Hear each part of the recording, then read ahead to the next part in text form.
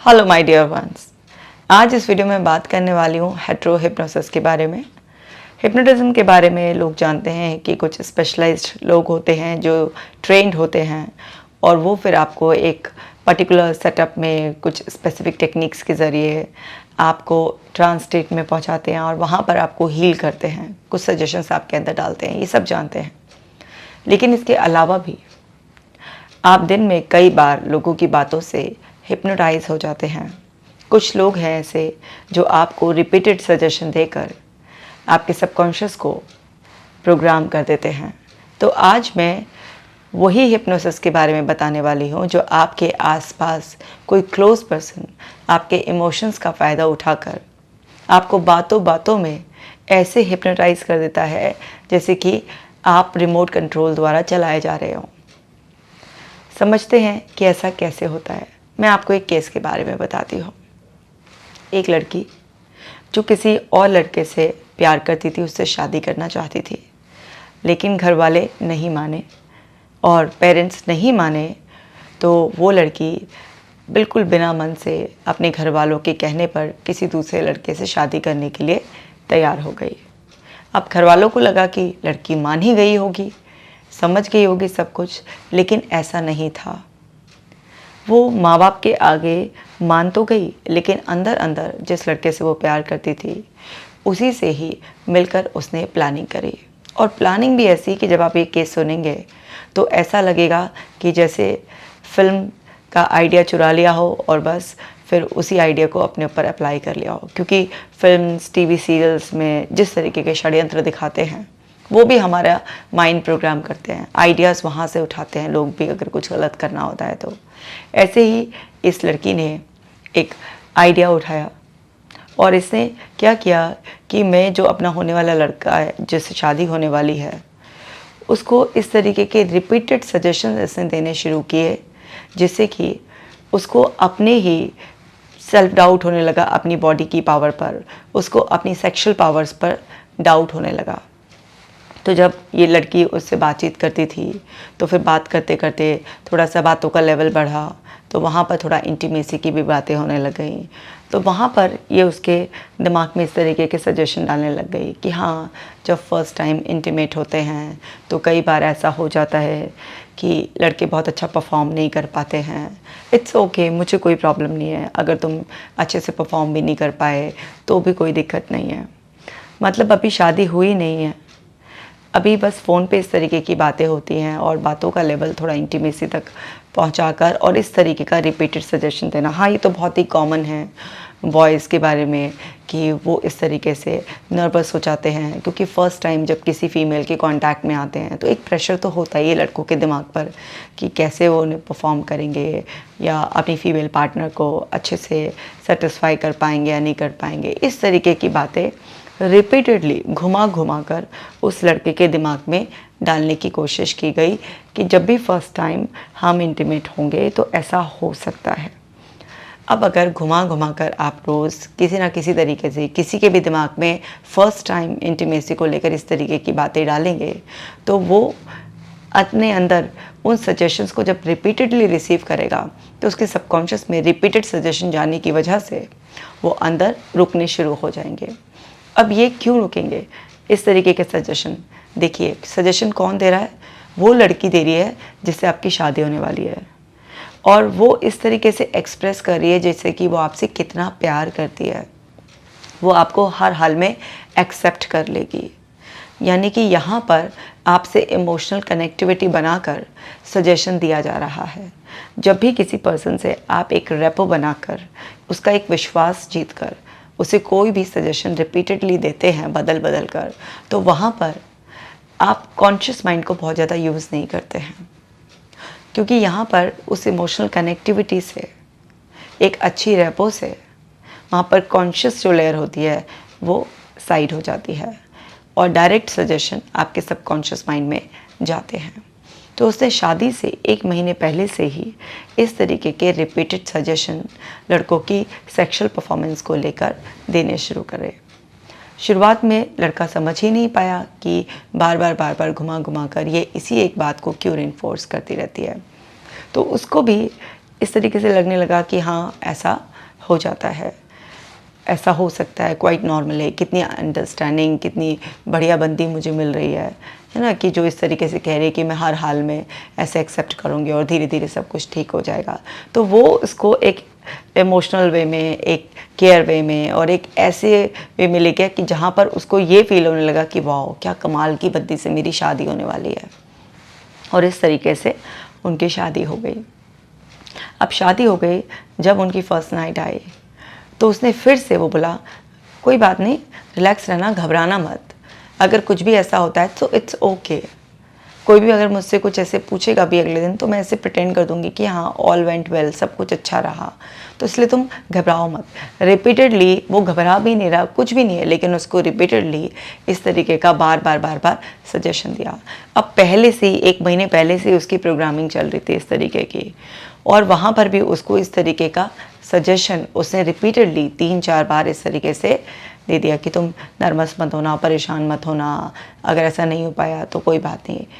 तो अभी क्या होता है कि आपके सबकॉन्शियस माइंड में कुछ ऐसी प्रोग्रामिंग हो गई है, जब आप उस सिचुएशन में जाते हैं तो वो जो अंदर की प्रोग्रामिंग स्पेसिफिकली उस पर्टिकुलर सिचुएशन के लिए हुई भी होती है, तो वहाँ पर वो प्रोग्रामिंग एक्चुअली आपकी परफॉर्मेंस पर बहुत ही ज़्यादा इफ़ेक्ट डालती है।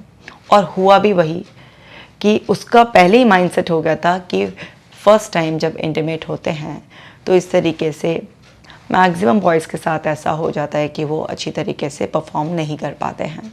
और वहीं पर इसी तरीके से उसकी बॉडी ने रिस्पॉन्ड किया, क्योंकि उसके अंदर जो प्रोग्रामिंग थी वो वैसा ही उसकी बॉडी में चेंजेस आने लग गए। अब हमारी बॉडी और माइंड बहुत ही क्लोजली लिंक्ड है। जो भी हमारे माइंड में प्रोग्रामिंग हो जाती है उसका इफ़ेक्ट बॉडी पर आता ही आता है।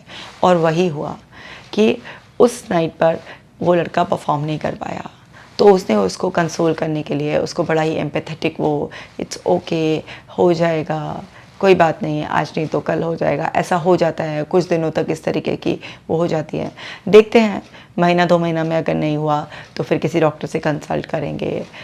लेकिन ऐसा हो जाता है कि शुरुआत में महीना 2 महीना तक इस तरीके की चीज़ें ऐसे हो जाती हैं, इट्स ओके। तो उसको वो लविंग केयरिंग तरीके से इस तरीके से वो करना, और फिर इसी तरीके से उसने 2-3 महीने निकाल दिए। और धीरे धीरे उस लड़के को ये यकीन आने लग गया कि वो कुछ भी अच्छे से सेक्सुअली परफॉर्म नहीं कर सकता, उसकी सेक्सुअल पावर्स उसके पास नहीं हैं। उसका इस तरीके से माइंड प्रोग्राम कर दिया, अपना बिहेवियर बहुत अच्छा रखा उसके साथ, और उसको बार बार रिपीटेडली उसकी सेक्सुअल परफॉर्मेंस के लिए इस तरीके के सजेशंस, दिन में कभी बार उसको सिर्फ कंसोल करने का नाटक कर कर उससे इस तरीके के सजेशंस दिए और उसके माइंड को इस तरीके से प्रोग्राम कर दिया। जब भी वो कुछ और बोलता कि चलो डॉक्टर को दिखा लेते हैं या कुछ और ट्राई करते हैं या कुछ और, तो वो घुमा देती, नहीं बहुत नुकसान देती हैं ये चीज़ें, किसी को पता चलेगा तो क्या होगा, मैं नहीं चाहती मेरे हस्बैंड की जो रेपुटेशन है वो किसी के भी नज़रों में डाउन हो जाए, इट्स ओके, मैं तो इस चीज़ के बिना भी रह सकती हूँ, तुम मेरे लिए ज़्यादा इम्पॉर्टेंट हो। इस तरीके से करके उसने उसको 3-4 महीने का टाइम पास करना था कि उनके बीच में कोई भी फिज़िकल रिलेशन ना बने, ताकि जो उसका प्लान है, जो उसके बॉयफ्रेंड से मिलकर उसने प्लान बनाया हुआ है कि इसको इम्पोर्टेंट साबित करना है, ये साबित करना है कि ये कुछ भी करने लायक नहीं है और ये एक डाइवोर्स का एक मुद्दा बनाना है। तो इस तरीके से उसकी बार बार प्रोग्रामिंग इस तरीके से चलकर उसने 3-4 महीने का टाइम इस तरीके से खींच दिया। और फिर वहाँ पर लड़ाई झगड़े शुरू होने लगे, उसको ताना देना, चीटाकशी। अचानक से सडनली जब उसके नेचर में इतना चेंजेस आए, जहाँ पर एक लड़की बार बार उसको सपोर्ट कर रही है, बार बार उसको इस तरीके से बता रही है कि मेरे लिए तुम इम्पॉर्टेंट हो और ये सब चीज़ें इम्पॉर्टेंट नहीं है, और वहाँ पर सडनली उसके बिहेवियर में 15 दिन में ही जब उस लड़के ने इतने चेंजेस देखे, मतलब कमाल के चेंजेस, उसके बिहेवियर में, बात ना करना, अपने फ़ोन पे लगे रहना, उसको इग्नोर करना, ये सब चीज़ें लड़के की भी समझ से बाहर था कि आखिरकार क्या हो रहा है। अब वहाँ पर उसको समझ में ही नहीं आ रहा था, वो कन्फ्यूजन था, लड़ाई झगड़े होने लग गए उनके, कभी वो रोता था, कभी उसको कुछ लगता था। एक तो वो वैसे ही बेचारा परेशान कि उसको ऐसा लगता था कि उसके सेक्सुअल पावर्स उसके पास नहीं है, उसमें बहुत बड़ी कमी है, तो वैसे ही एक इन्फीरियरिटी का शिकार हो गया, और जिससे इमोशनली इतना अटैचमेंट हुआ और जिसने इतना ज़्यादा केयर और प्यार शो किया, और उसका सडनली इस तरीके से बदल जाना, वो भी उसके लिए एक बहुत बड़ा ट्रॉमा था। और इस तरीके से करके वो उस इन्फीरियरिटी की वजह से और उस बिहेवियर, रूड बिहेवियर जो उसकी वाइफ से उसको मिल रहा था, उसकी वजह से एकदम से डिप्रेशन में जाने लगा। महीना 2 महीना ये इस तरीके से खींचता रहा, क्योंकि उस लड़की को प्लानिंग थी कि किसी तरह से शादी के 6 महीने मुझे इस तरीके से खींचने हैं। अब वो सब ऐसा हो गया, लड़ाई झगड़ा बढ़ने लगा, तो फिर फैमिली मेम्बर्स को भी पता चलने लगा कि आखिर ये क्या है, इन लोगों के बीच में इतनी लड़ाई झगड़ा और ये सब चीज़ें क्या होती हैं। तब उस लड़की ने पूरा का पूरा सीन क्रिएट कर दिया, रोते रोते मैं पिछले 6 महीने से सह रही हूँ और ये तो इस ऐसा है कि कुछ भी नहीं कर पाता है, ये है वो है और मेरा ख्याल भी नहीं रखता है। इस तरीके से वो सब चीज़ें, मतलब जो खुद ही प्लानिंग की गई इस तरीके से एक इंसान की लाइफ को ख़राब करने के लिए, और वहाँ पर सारा का सारा ब्लेम उस इनोसेंट लड़के पर डाल दिया गया। उसको ही सारा का सारा दोषी साबित कर दिया गया, और ये कि मुझे तलाक चाहिए, मुझे अपनी लाइफ इस तरीके से बर्बाद नहीं करनी है। अब आप ये देखिए कि किसी की इतनी चालबाजियों से किसी एक इंसान का पूरा जीवन खराब करने के लिए पूरी प्लानिंग ऐसी कर दी गई है कि उसको अपने अंदर इतने सेल्फ डाउट पैदा हो गए, उसकी इन्फिनिटी उसके अंदर आ गई है, वो इंसान डिप्रेशन के मुंह में चला गया है। इतनी चालाकियां भी आज भी दुनिया में मौजूद हैं। मतलब कहाँ से आइडिया लेते हैं ऐसे लोग, क्या पिक्चरों में कुछ इस तरीके की चालाकियाँ। एक बॉबी देओल और अमीषा पटेल की इस तरीके की पिक्चर आई थी, जिसमें वो अमीषा पटेल अपने अक्षय खन्ना के साथ मिलकर ऐसा नाटक करती है कि कुछ जब बॉबी देओल से शादी होती है कि मैंने कुछ व्रत ले रखा है और अभी कुछ दिनों तक हमारे बीच में फ़िज़िकल रिलेशन नहीं बनेगा। तो वहीं से ही इस लड़की ने आइडिया लिया अपने हस्बैंड को इस तरीके से उसका माइंड प्रोग्राम करने के लिए, और वो और 2 कदम आगे कि उसको लगातार जो है ना इस तरीके के सजेशंस देकर उसका माइंड इस तरीके से प्रोग्राम कर देना। तो ये जो इस तरीके की चालाकियाँ होती हैं, इसको कहते हैं हेट्रो हिप्नोसिस। अब देखिए, ये तो इसने इस तरीके से प्लानिंग करके ऐसा करा। अब छोटे बच्चों को देखिए, जब छोटे बच्चे होते हैं तो वो ऑलरेडी एक हिप्नोसिस स्टेट में ही होते हैं, तो उनको कोई भी सजेशंस बार बार रिपीटेडली दिए जाते हैं तो बहुत गुस्से वाला है, बहुत गुस्से वाला है, ये तो बहुत शाय है, बहुत शाय है, रहने तेरे बस की नहीं है, तुझसे नहीं होगा, ये काम इतना आसान थोड़ी ना होता है, पेड़ पर पैसे थोड़ी ना लगते हैं। इस तरीके के रिपीटेड सजेशंस, बार बार कुछ भी ऐसे नेगेटिव सजेशंस हम सबके सबकॉन्शियस माइंड में बहुत ज़्यादा गए हुए होते हैं। क्योंकि जब हम सब कुछ जब हम लोग छोटे होते हैं तो अपने रंग रूप को लेकर, दुनियादारी को लेकर, अपनी क्वालिटीज़ को लेकर, बहुत सारी चीज़ों में कमियों को लेकर इस तरीके के रिपीटेड सजेशंस हमने सुने होते हैं। कोई हमें कोई स्पेशलाइज तरीके से बैठाकर हिप्नोटाइज नहीं कर रहा होता, बस वो रिपीटेडली हमें बार बार सजेशन देते हैं, और रिपीटेडली बार सजेशन वो हमारे सबकॉन्शियस माइंड में चले जाते हैं। अब बच्चा शुरुआती 8 साल तक ऑलरेडी एक हिप्नोसिस स्टेट में होता है नेचुरली, क्योंकि उसकी कॉन्शियस लेयर जो कि इस तरीके के सजेशंस को रिजेक्ट कर सकती है वो बनी नहीं होती है। तो वहाँ पर बचपन में भी बहुत सारी इस तरीके की गड़बड़ियाँ सभी के साथ होती हैं हेट्रो हिप्नोसिस से। लेकिन जैसे जैसे बड़े होते हैं तो वहाँ पर हमारी कॉन्शियस लेयर भी आती है, हमारा कॉन्शियस माइंड काम करना स्टार्ट करता है, तो वहाँ पर हम दूसरे के सजेशंस को रिजेक्ट भी कर सकते हैं। लेकिन जब कोई इंसान आपसे बहुत डीप इमोशनल कनेक्टिविटी बनाकर आपसे एक ऐसी रेपो बना लेता है जहाँ पर वो आपका पूरा ट्रस्ट जीत लेता है और अपने आप को सरेंडर कर देता है, वहाँ पर इस तरीके के रिपीटेड सजेशंस देकर ही आप किसी भी इंसान का सबकॉन्शियस माइंड प्रोग्राम, रीप्रोग्राम कुछ भी कर सकते हैं। और वही इस चालाक लड़की ने किया, जो इस मासूम लड़के को उसने इन्फिनिटी के मुंह में धक्का दे दिया, उसको डिप्रेशन में धक्का दे दिया। इतनी चालाकियाँ करते हैं लोग, और उनके लिए किसी की जान, किसी की ज़िंदगी की कोई परवाह नहीं होती है। अभी लड़का पूरा सीवियर डिप्रेशन में चला गया, सुसाइड भी करने की इसने कोशिश की, क्योंकि एक इंसान को ये रिलीव हो गया कि मेरे पास मेरी सेक्सुअल पावर ही नहीं है इतनी यंग एज में, और ऊपर से उसको शादी में भी इस तरीके का धोखा मिला। कहाँ वो प्यार, केयर, उसको सारे फ्लैशबैक्स आ रहे थे कि कैसे कैसे ये बोलती थी मेरे लिए ये कोई इम्पोर्टेंट नहीं है, पूरी ज़िंदगी में मैं इसके बिना रह सकती हूँ और तुम ही मेरे लिए बच्चे जैसे हो, ये सब इस तरीके से एक लवी डबी रिलेशनशिप, सोना बाबू से लेके, और कहाँ इतने इल्ज़ाम, कि ये इस तरीके का। और मैं तो आपको बहुत ही अच्छी लैंग्वेज में ये बता रही हूँ, जिस तरीके के वर्ड्स उस लड़की ने यूज़ किए, जो उस लड़के ने मुझे बताया उसके लिए, वो इतने अपमानजनक शब्द हैं कि मुझे वीडियो में लेने में भी, उन शब्दों को बोलने में भी बड़ी शर्म आ रही है। तो इस तरीके के शब्दों का इस्तेमाल कर कर जब किसी पर प्रहार किया जाता है तो आप समझ सकते हैं कि उसके अंतरात्मा तक कितनी ठेस पहुंची होगी उस लड़के को। उसने अपनी जान तक लेने की कोशिश की, लेकिन कहते हैं जिसको ईश्वर बचाते हैं तो कुछ भी प्रयास हो जाए लेकिन वो इंसान ज़िंदा रहता ही है। तो वहाँ पर घर वालों की नज़रों में ये सब चीज़ें आ गई और उसको बचा लिया गया और फिर उसका इलाज कराया गया। तो जब उसने ये सब कुछ मुझे बताया तो मैंने उसको समझाया कि आपके इमोशंस का फ़ायदा उठाकर इस तरीके से आपके माइंड को प्रोग्राम किया गया, और जो आपके माइंड में बैठ गया था आपकी बॉडी ने उसके हिसाब से रिस्पॉन्ड किया, और फिर आपके पास एक एक्सपीरियंस भी आ गया और आपको लगा कि हाँ ये बात तो सच होती है। और रिपीटेडली आप देखिए, नज़र मारिए कि उसने आपको हर दिन इस तरीके के सजेशंस रिपीटेडली दिए, तब उस लड़के की जाकर समझ में आया कि यस, रिपीटेडली मेरे को इस तरीके के हर दिन सजेशंस मिलते रहते थे। और वो कर कर के उसके दिमाग में इतना ज़्यादा डीप कंडीशनिंग हो गई थी कि उसकी बॉडी उसी तरीके से रिस्पॉन्ड कर रही थी जितना उस particular situation, intimacy, sexual relationship के बारे में उसके अंदर कंडीशनिंग हो गई थी। तो उसको समझाया गया कि इस कंडीशनिंग को रीसेट किया जा सकता है। तो हिप्नोथेरेपी की मदद से ही हमने उसके माइंड की कंडीशनिंग जो चेंज की उसको रिकंडीशन किया, और रिकंडीशन करने के बाद उसको महसूस हुआ कि यस, उसके अंदर जो सेक्सुअल पावर्स थी वो तो सब बिल्कुल नॉर्मल वैसे ही थी, बस उसके माइंड में वो चीज़ बार बार बिठा दी गई थी अलग अलग तरीके से। इस वजह से उसकी बॉडी इस तरीके से रिस्पॉन्ड कर रही थी।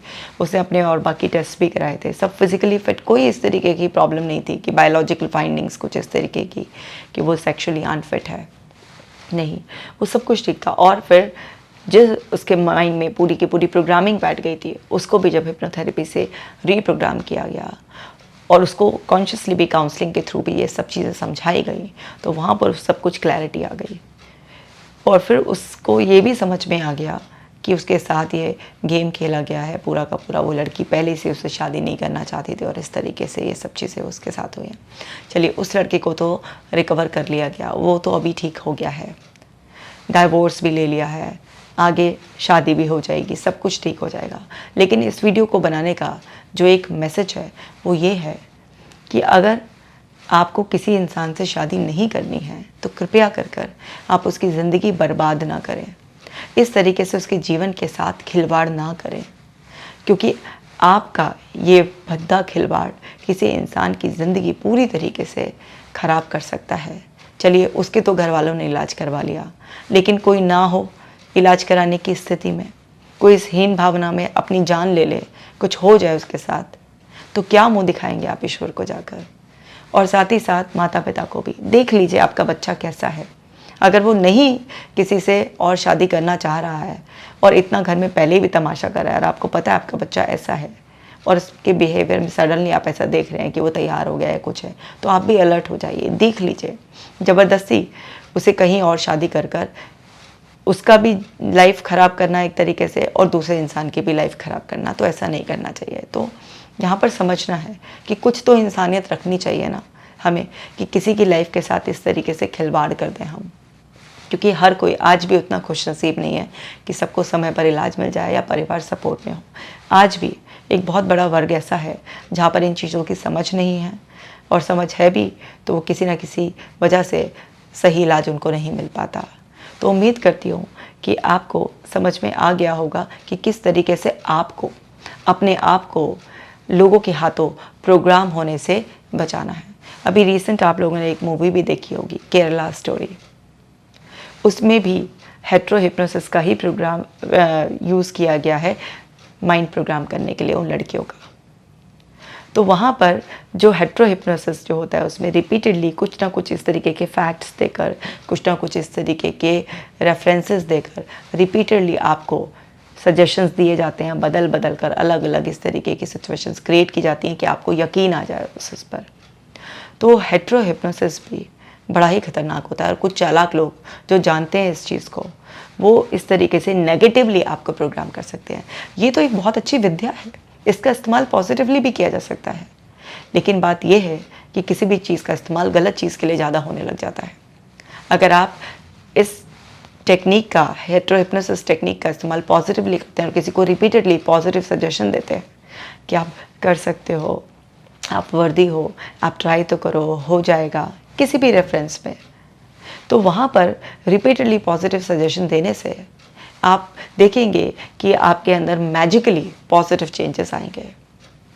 जिन भी बच्चों को बचपन में पॉजिटिव सजेशंस रिपीटेडली दिए जाते हैं, वहाँ पर उनका माइंड पॉजिटिवली प्रोग्राम हो जाता है और उनकी लाइफ में पॉजिटिव चेंजेस आते हैं। सबसे अच्छा एग्जांपल है थॉमस एल्वा एडिसन का। उनकी मदर ने रिपीटेडली उनको बार बार ये सजेशन दिया, तुम जीनियस हो, तुम कर सकते हो, तुम जीनियस हो, तुम कर सकते हो, तुम जीनियस हो, तुम कर सकते हो। और वही जो बच्चा जिसे मन बुद्धि कहकर स्कूल से निकाल दिया गया था, वही जीनियस साबित हो गया। थॉमस एल्वा एडिसन की कहानी किसी से छुपी नहीं है, जन जन को पता है। तो वहाँ पर क्या था, वो भी हेटेरोहिप्नोसिस ही था, लेकिन ये कितना पॉजिटिव एग्जाम्पल है कि एक मन बुद्धि बच्चे को एक जीनियस बना दिया एक माँ ने रिपीटेडली सजेशन देके, क्योंकि माँ से भी वही इमोशनल बॉन्डिंग, ट्रस्ट होता है बहुत ज़्यादा। तो जिस भी पर्सन से आपकी बॉन्डिंग बहुत अच्छी होती है और आपका ट्रस्ट उस पर पक्का होता है, उससे जो भी रिपीटेड सजेशंस आते हैं वो आपके सबकॉन्शियस माइंड में डीपली बैठ जाते हैं। तो कृपया कर किसी भी विद्या का सही तरीके से इस्तेमाल कीजिए, क्योंकि हर एक जीवन बहुत ही अनमोल है। ईश्वर ने सबको खुशहाली से जीवन जीने का अधिकार दिया है। आप किसी के जीवन को इस तरीके से ख़राब करने से बचें।